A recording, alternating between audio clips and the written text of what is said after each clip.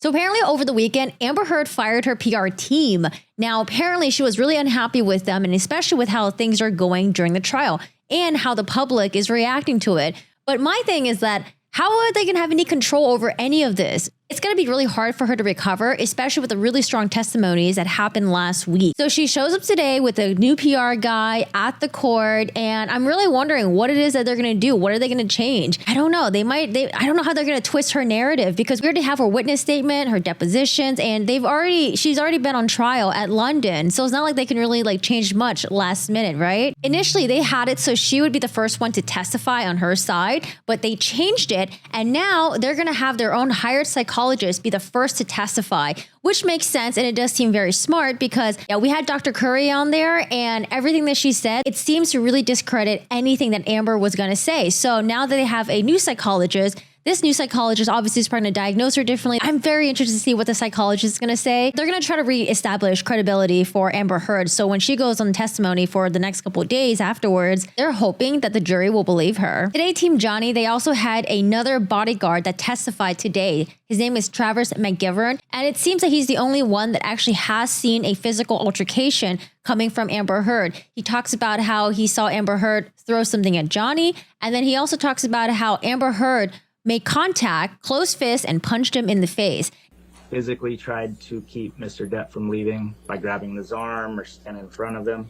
And I saw Miss Heard throw a Red Bull can from her position that struck Mr. Depp in the back. Out of the corner of my eye, I saw a fist and an arm come across my right shoulder. I heard and saw a closed fist contact Mr. Depp in the left side of his face. That was Miss Heard's fist, Amber Heard's fist. How did Mr. Depp respond when he was punched? Kind of a look of shock, like what just happened? Where'd that come from? Now, this is during the staircase incident where Amber Heard, I don't know if you guys saw the deposition video, the original one with the blue background, and she had her hair down, but that was taken in like towards the end of like 2016, I believe, where she was talking about how the only time she's ever hit Johnny Depp was because she was trying to defend her sister, Whitney.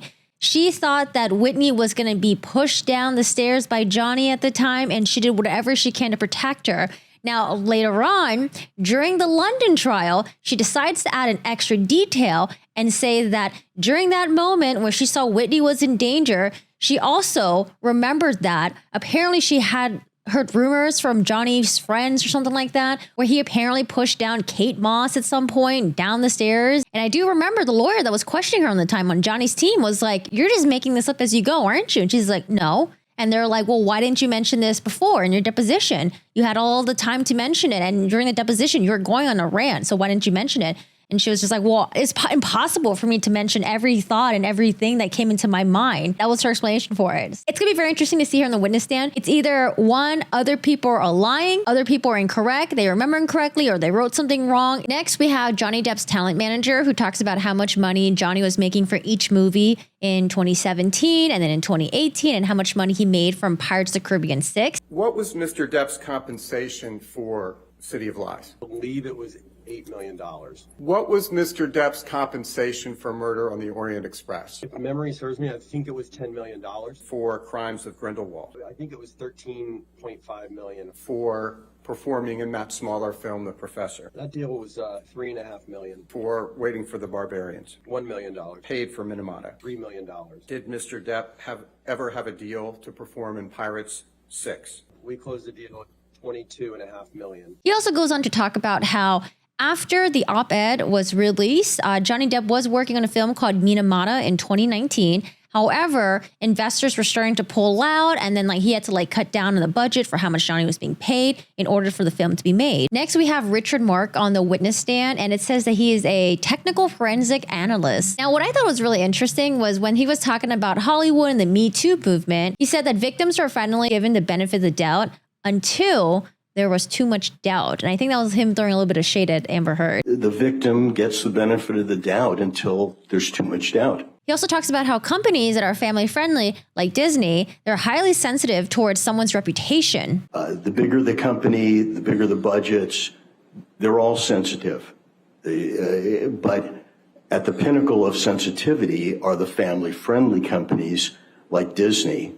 They're particularly sensitive not in a general way, but in a very specific way. So tying that in together with how the op-ed affected Johnny's reputation, because lawyers on Amber's team, they were trying to say that, well, there wasn't really a contract for Johnny Depp to do the next Pirates franchise anyways. So how do you know that it was the op-ed that made Disney not want to continue working with him?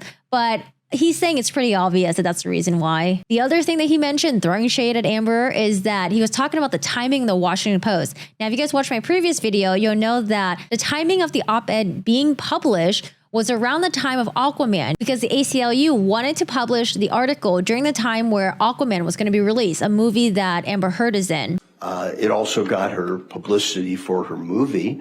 I don't think in my perception, and people in Hollywood didn't see that as a coincidence, that date. He also says, quoting him, this was during the height of her fame, and she wanted to use that as publicity to promote her movie Aquaman. This is Amber's way of calling out Hollywood for standing up for her abuser, especially since she came out since 2016, and he's still doing all these movies. And on the eve of her biggest film, a big film for Hollywood, the publicity machine was in high gear.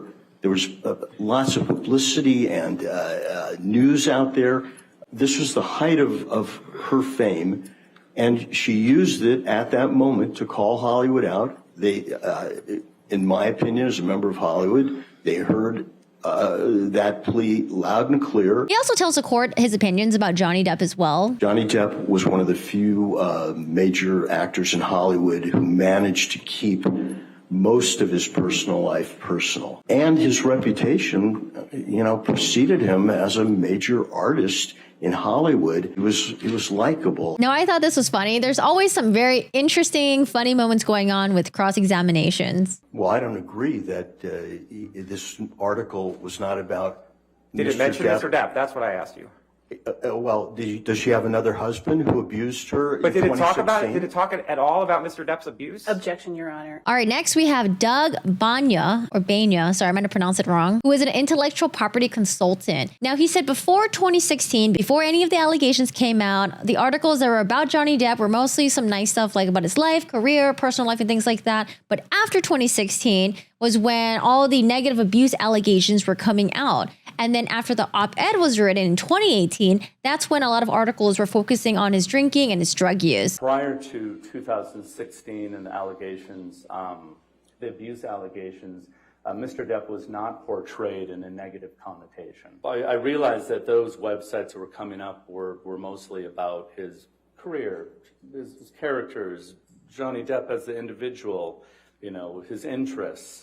Then after the 2016 mark, the majority of those results turned into negative things about the abuse allegations. And then even more so after the op-ed, there seemed to be kind of a theme or a flavor of not only the abuse allegations, but his drinking and drug use. He was also able to use Google Analytics to find out that after 2016, it seems like the public tend to like Johnny Depp less. And again, in cross-examinations, we always have some funny things going on. But you don't know if it's humans, bots, my cat doing the searches, correct?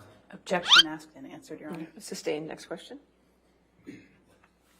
Now, I like how Johnny Depp's always turning around to look at Amber's lawyer to say did you really say that? Now, next we have Erin, who is Amber Heard's former nurse. She did work under the direction of Dr. Kipper. And it seems like Erin and Amber Heard, they were pretty close. Amber sort of treated her like a friend. Amber would hang out with her and stuff like that. And the nurse said that she would provide Amber with emotional support. But most of her video deposition, I think it's going to be played tomorrow. So we're not really getting into today's video. But I already read this nurse's witness testimony in the London trial. And I think the only thing she's mentioned was that she's seen Amber with her lip was bleeding. This was after the December 15 showdown, before she won the James Corden show, but then she appeared in the show looking completely fine, flawless. But yeah, she opened the door a couple days later to pick up some meds or something like that, or to get the meds from the nurse. And she had blood on her lips. It was 2 days afterwards. And then Amber Heard complained about how oh yeah, Johnny Depp had yanked some chunks of hair out. And when the nurse went to go look at the head, she said that she didn't see any sign of hematoma in the head, and she didn't know what Amber Heard was talking about. But we'll get into the rest of it later on.